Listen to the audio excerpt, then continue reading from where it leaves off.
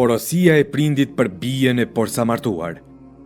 Në ditën e martesës së saj e thirri prindi i saj dhe i tha: "Bija ime, ti sot transferohesh tek dy duar të huaja. Në këtë natë do të mbulon një kulm i huaj në shtëpinë e një burri të huaj. Në këtë natë do të qëndroj afër krevatit tënd të pastër në shtëpinë time dhe nuk do ta nuhas me aromën e pastërtisë mbi jashtëkun tënd të bardhë." Për herë të parë gjatë jetës sime më rrjedhin lotët sikurse lumi. Sot nga sytë e mi më mungon fytyra e vajzës sime, e cila do ta ndriçojë shtëpinë e re.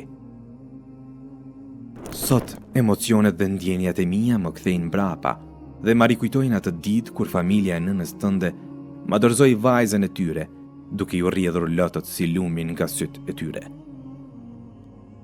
Unë mendoja se ato janë lotë gëzimi.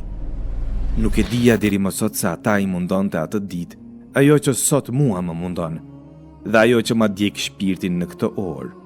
Ata i diqte atë ditë, edhe ajo që ma shtrëngon zemrën dhe shpirtin në këtë moment, kur unë të dorëzoj me dy duart e mia të një njeri i huaj, u shtrëngon të atyre shpirtin dhe zemrën atë ditë.